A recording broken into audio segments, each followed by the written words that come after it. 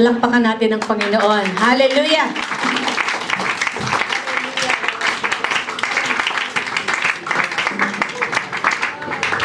Sabihin mo sa ating katabi, magbago ka na kapatid. Hallelujah!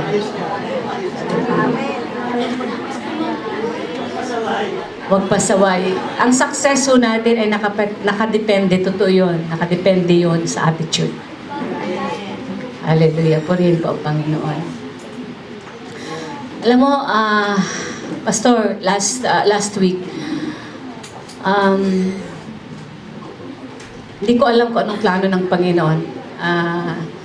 Sabi ko nga, ay Lord, siyempre ang background ko is I'm a Foursquare. Okay? Foursquare ako in the Philippines. Pero may task ang Panginoon na pinapagawa sa akin. Dito ako inilagay ng Panginoon sa New Life. At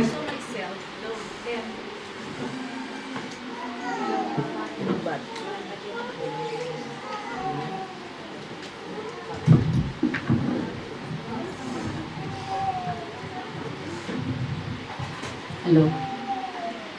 Nakita ko ang sarili ko na nakabihis na ako siya ng damit. Ito, tapos naka-white pa akong palda. Pero sabi ko daw ay, sandali, papalitan ko ang damit ko. Alam niyo bang, bumalik ako, nakapalit ako ng damit. Ang ibinigay ni Lord sa akin ay New Life talaga na t-shirt. Naano ko na, Lord, kailangan ko ba talagang ipaglaban? Or paninindigan ko na yung gawain ng Panginoon sa New Life? Kasi ako gusto kong di ba pag umuwi na tayo sa Pilipinas, balik tayo sa lugar natin, di ba? Pero paano yung gawain ng Panginoon ay inilagay sa gawain ng Panginoon dito sa New Life, di ba? Kung walang hawak nito, walang gawa. Kaya challenge ko nga yung leader na isinend natin sa Jerusalem. We open a work there. Sabi ko, I know na mayroon kayong church sa Pilipinas. Pero habang naririto tayo sa Israel, magiging buo ang isip natin sa New Life. Hello? Kasi kung magiging double yung ating isip, mami-mixed up eh. May vision ka for your church and you have a vision also here. So paano ma-accomplish ng Lord at paano magkaroon tayo ng unity inside the church at mabuo for a vision dito? Amen? Hello? Amen. Kasi ako din may vision ako para sa sarili ko in the future. Pero dito tayo inilagay ni Lord eh. Mayroon pa tayong pinapagawa ni Lord habang naririto tayo. Bahala na si Lord doon sa unahan. Basta ang importante, naririto tayo, stand up, magiging army tayo ng Panginoon. Hallelujah. Diba? Kasi kung hindi, sandali, anyway, hindi naman ako temporary sa Israel eh. Ito muna yung aking kitsi-kitsi yung paglilingkod ko sa Panginoon. So yung prayer natin, kitsi-kitsi din. Hello? Hap-hap. Diba? Ang hap-hap, you cannot serve to master. Diba? Mag-serve ka dito at mag-serve ka doon, hindi pwede. Hindi pwedeng undivided.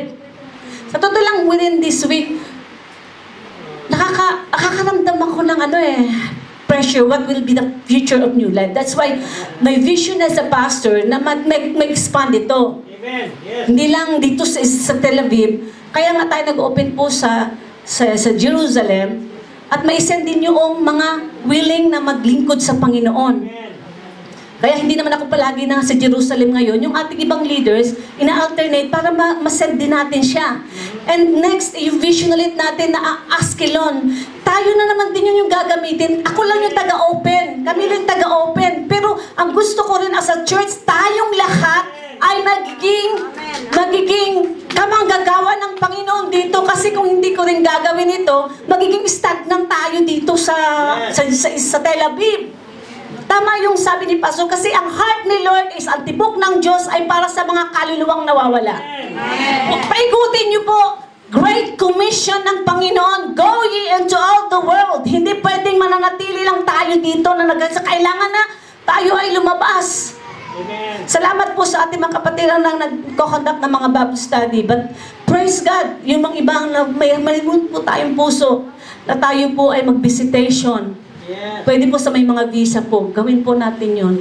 Magpunta lang po tayo doon sa bahay at mag-pray. That is enough. Yes. Yung magpunta ka lang at mag-encourage ka and then we pray for them. Malaki hong bagay yun. Kung ang lahat, kami nga ni Pastor, kung lahat tayo'y gagawa noon, dodoble ho yung ating... Hello? Yun lang po, very simple na concept ng Panginoon, ang attitude lang. Hallelujah. Kung inaalaw tayo ng Panginoon na dito, pero time will come, magiging leader po tayo. Hallelujah. Purihin po ang Panginoon. Palakpakan. At encouragement ko rin po. Hallelujah. Ang encouragement ko rin po na ang reveal ni Lord is, ang kulang sa church nito is prayer intercession. And ito po yung, kaya tama yun kay Pastor na kailangan tayo mga kababaihan na kahit saan man tayo dako. Pastor na nanay ay nag-recruit ngayon ng mga intercessors of this church, magiging army ng Panginoon. Kasi na-concentrate ako sa evangelism. Sana po, tulong-tulong po tayo. Na kailangan ko rin ng kagabay, sila Pastor Lino, na Pastor Nanay nandito for intercessors. Nawa po lahat po tayo i-involve sa intercession. Dahil ang ano lang po ng church ay, ang lakas nito ay sa pananalangin po. Hallelujah. Kaya believe tayo doon taga-Uganda na sa labas babad sila sa pananalangin, pagdadapa sa pananalangin. Hallelujah. Dahil ang success po ng iglesia ay sa pananalangin po. Hallelujah. Anuhin man yung pag-spread out kung kulang tayo sa panalangin. Kulang po. So, kailangan po natin magiging hindi lang sundalo, kundi magiging intercessors po tayo sa iglesyang ito. Hallelujah. Sino po ba ang gustong mag-commit ng sarili? Pastora, gusto kong magpagamit sa ganitong area, sa evangelism o sa prayer ba? I know na kayo ay gagamitin ng Panginoon. Ang burden po sa leaders ay ma-scattered and then malilesen po siya at marami po ang madadala nating kaluluwa sa Panginoon. Hallelujah. Thank you doon sa message ni Pastor ngayon, and I do believe na that is a God-given message tonight. Hallelujah. Sabi kayo natin, Pastora, ako ay sa Pilipinas, ay ganito ang sekta ko, pero habang narito ako, my 100% commitment for this church ay ibibigay ko. Kasi kung ganun po yung heart natin, habang narito tayo, later on, uwi naman tayo sa Pilipinas, then doon ka na naman. Doon ka na naman idadala ng Panginoon. Ako, hindi ko rin alam. Pero as long na naririto ako, 100% buo ako sa New Life. Hallelujah. Yun po ang hinahanap ng Panginoon. Hallelujah. Tayong lahat po ay tumayo. Hallelujah. Lord.